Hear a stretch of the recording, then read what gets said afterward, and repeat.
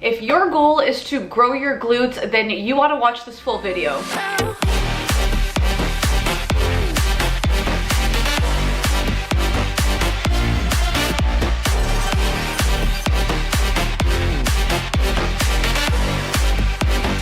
Hey guys, what's up and welcome back to my channel. Now, if you are like me and your goal is to grow your glutes, performing and incorporating hip thrusts is an absolute must into your workout routine, and I cannot stress this enough. Now, I want to preface the beginning of this video by saying that there's definitely other variables that work simultaneously with doing hip thrusts in order to grow your glutes, such as glute activation, glute accessory workouts, how many calories you're eating, etc, etc. Now, if you want me to do another video talking more in depth about the science behind growing your glutes and incorporating all of the other variables that I mentioned, let me know in the comments below. Otherwise, let's just get into talking about my favorite workout and compound movement, hip thrusts. Now, I do want to mention that there is way more than 15 different variations of hip thrusts, but this video would be so long, so I narrowed it down to 15. These are 15 that I personally use, some of my favorites, and some of the easiest. I also quickly want to mention before we get started that I actually filmed these clips pre-COVID. This was actually the very last day that I went to the gym before they shut down. I had this video planned from so long ago, but since the gyms shut down and a lot of these variations you need gym equipment, I decided to put a hold on this video. But now that gyms are reopening, if not already reopened, I decided it's the perfect time to put this out. Now, the best way to start is to obviously show you guys proper hip thrust form. The easiest way to do that is with this first hip thrust variation, body weight hip thrusts. You want to start by positioning the bottom of your shoulder blades with the top edge of a bench or steps like I use. The next important thing to keep in mind is how to position your feet. You want to extend your hips so that your torso is parallel to the ground. Your legs, knees, and foot should make a 90-degree angle when you're at the top of this movement. So when you're extending your hips into the top of the movement and it makes more or less than 90 degrees, you want to adjust your foot placement. This also helps set the tone for your hip position. You don't want to overextend your hips at the top of the movement, so you want to keep your body neutral. One way to do this is to keep your head forward and tuck your chin in. Another key thing to keep in mind is to push through your heels, not your toes, not anywhere else on your foot. This will actually put more emphasis on your glutes. If you're having a hard time pushing through your heels, one thing that you can actually do is elevate your toes a little bit. That forces you to use your heels. A lot of the time, and even sometimes I notice if I'm not pushing through my heels, I will actually feel the hip thrust more in my quads versus my glute. If at any point you're doing a hip thrust and you're having pain anywhere, specifically your lower back, then you're probably doing it wrong. Once you have your hip thrust form down pat, you can and should move on to any of these other variations that I'm going to be talking about. Keeping it fairly simple, the next and second variation that I want to show you guys and talk about is banded hip thrust. Everything about this movement and variation stays the same, with the exception that you're adding a resistance band for more tension. I suggest placing it just above your knees. A lot of your favorite influencers probably and more than likely have their own resistance band brands, so if you want to support them, you can definitely buy from them, but you can also find them for more affordable prices at places such as Target, Amazon, Walmart, or even a lot of supplement stores. Taking it back a notch, the third hip thrust variation I want to talk about is body weight hip thrusts with an abduction at the top. Now, the reason I actually like this variation is it kind of puts a lot more tension onto your glutes, and it's working different glute areas at the same time. Now, the reason that this hip thrust variation is very effective is the fact that hip thrusts actually work your gluteus maximus, which is the largest area of your glutes. Now, again, this is getting a little bit more into the science of the glutes, which I can talk about in a different video, but adding the abduction at the top actually helps you work and target your gluteus medius a little bit more, which is your side glute. So the way that you perform this exercise is you're doing a hip thrust as normal, but then at the top of the movement, you're gonna hold and then you're gonna extend your legs outwards. This type of exercise should actually not be underestimated because it really burns. And then just like the normal hip thrust, another way to spice this movement up is to add a resistance band. You will actually feel this in your glutes way more than if you do it body weight because there's added tension with the resistance band. So basically your knees are fighting the resistance band. And just like the other variations, I prefer placing the resistance band above my knees, but I have also seen people place them below their knees. I personally don't like putting them there, so I suggest to you guys to place it above your knees. The hip thrust with the abduction is actually one of those variations that I actually suggest doing in higher reps. Moving on to the fifth hip thrust variation, we have single leg hip thrust. Now, everything about this movement is basically the same. You want to have your legs at the same angle,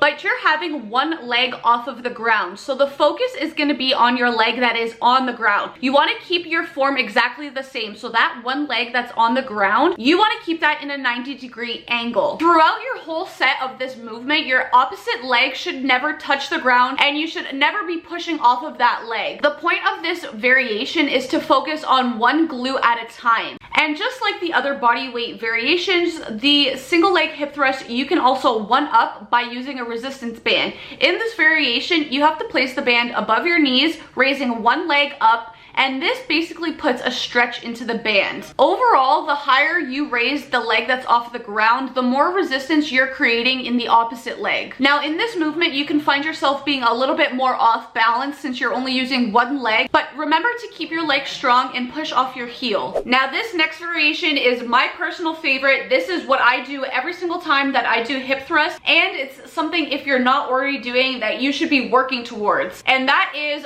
barbell hip thrust. This is the #1 hip thrust that you should be incorporating if your goal is to grow your glutes. The barbell hip thrust is a great way to challenge your strength while loading up the weight, of course, over time. Everything about this hip thrust stays the same form-wise, but what you want to do is position the bar above your pubic bone, ranging lower on your abdominal region. I 100% recommend getting a barbell pad. Pretty much if you hip thrust without it, you can and likely will get pelvis pain and bruising, and that is not fun whatsoever. Again, I got mine off of Amazon, I think for $20, so I think it's super affordable and it's definitely something that you should invest in. Otherwise, if you don't want to purchase a barbell pad, you can use some form of mat, such as a yoga mat, but in my opinion, I don't think it works as well as a barbell pad. As you saw in my video clips, I always start on the ground, so I'm basically sitting on the ground, I have the barbell above my legs, and I just roll it. If you stand up and then lift the barbell and then place it on your hips and then go into your setting position with your back against the bench,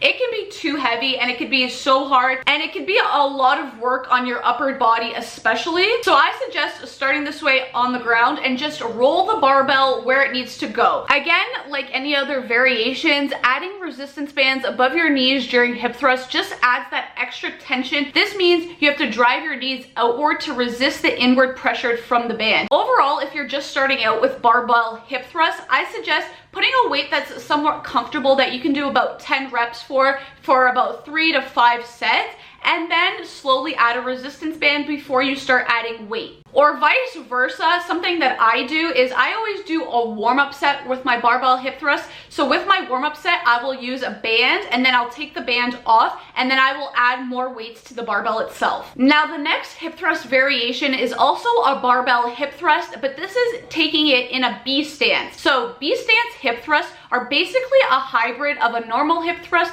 and a single leg hip thrust. Instead of raising that second leg off of the ground like in a single leg variation, you're actually going to keep one foot on the ground slightly in front of the other. The point of the extended front leg is to provide balance and stability that you wouldn't get in a single leg hip thrust. To execute this movement, you want to drive through your heel of the foot that's on the ground and closest to your body. If you're doing 4 sets of 10 reps in a B stance, you're going to do that 4 sets, 10 reps on your right leg, and then you're going to switch and you're going to do 4 sets times 10 reps on your left leg. Now we're moving on to a 1.5 barbell hip thrust. So basically what you're doing is a normal barbell hip thrust, but instead of going all the way down and resetting, you're gonna go half the way and then you're gonna go back up, and then once you're at the top, you're gonna go fully down and reset from the beginning. This puts some extra tension and burns your glutes because when you're at the bottom of a hip thrust, you're allowing yourself to reset. But the fact that you're doing a half a hip thrust after you do one full hip thrust, you're keeping constant tension on your glutes and on your legs, which absolutely burns. Now, in order to do this variation properly, you want to make sure that the dumbbell is centered properly over your pelvis or pubic bone area. Again, like I mentioned, I think this variation is really good for beginners, but also to use in higher reps or for burnouts. I actually used the dumbbell hip thrust for my burnout for my leg day today. I did 3 sets of 25 reps and like it really burned and just made my glutes feel absolutely dead. And then of course the 12th variation is the banded dumbbell hip thrust. This is just combining a resistance band with a dumbbell. Again, I suggest placing the resistance band above your knees. The next variation I want to talk about is frog pumps. So frog pumps is a variation of a hip thrust that is different from all of the other ones due to one characteristic, and that's being your foot placement. So instead of your feet being flat on the ground, the bottom of your heels and feet are going to be touching. This actually forces your legs to take a frog, or some might even say a butterfly stance. However you look at it, you need to find the sweet spot when it comes to your stance. So you don't want your feet to be too far away from your body. As well, you don't want your feet to be too close to your body. You also don't want your legs to be touching the ground or straight up in the air. They should be at about a 45-degree angle. Your legs and knees should stay in this same position throughout the entire movement, driving through your heels. I personally don't use this variation that often, and I would categorize it more as an accessory glute workout or something that you should be using as a burnout. But I definitely think it's something that you should incorporate in your routine from time to time. The main reason I personally don't like doing frog pumps is, one, because I find it a little bit uncomfortable. I don't like having my legs spread out for everybody around the gym to see. So that's just a more personal preference for me. As well, I find with frog pumps, you can't really load the weight on. I'm not gonna lie, the movement is definitely a little bit awkward, but it does have its perks. It definitely targets the glutes a lot, but again, you can't add a lot of weight, and I feel like if you add a lot of weight, it really does hurt your bones because they're kind of sticking out. Now, you may or may not have seen somebody do this in the gym, but you can actually do hip thrusts on the leg extension machine. So you basically set up yourself the same way, but instead of having a barbell or a dumbbell or whatever it may be, you're actually using the bottom part of the leg extension and you're placing your lower shoulder blade and back on the edge of the seat. This variation is actually really good because you can load the weight up, but personally I don't like it that much. I would rather just set up a barbell and do it that way. I also don't find the range of the hip thrust to be as comparable as you would get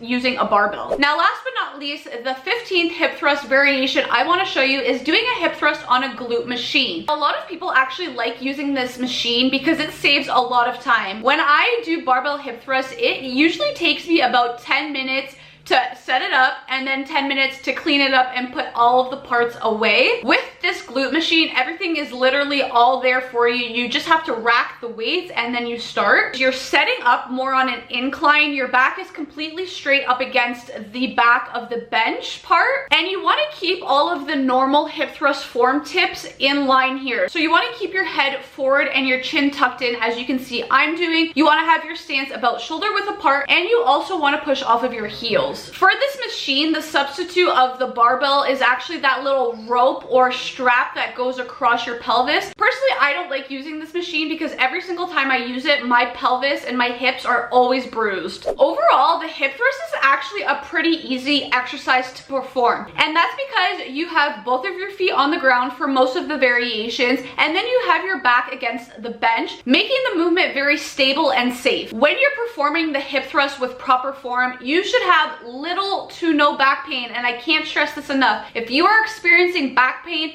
you are definitely, if not doing something wrong. Your form should be activating your glutes and not putting stress on your back. Again, I just want to reiterate that personally for me, and what I suggest to you, is barbell hip thrust. You can load the weight, start maybe with like 25 pounds on each side and work your way up. You are a lot stronger than you think you are. Trust me, before COVID, I was hip thrusting 315 pounds.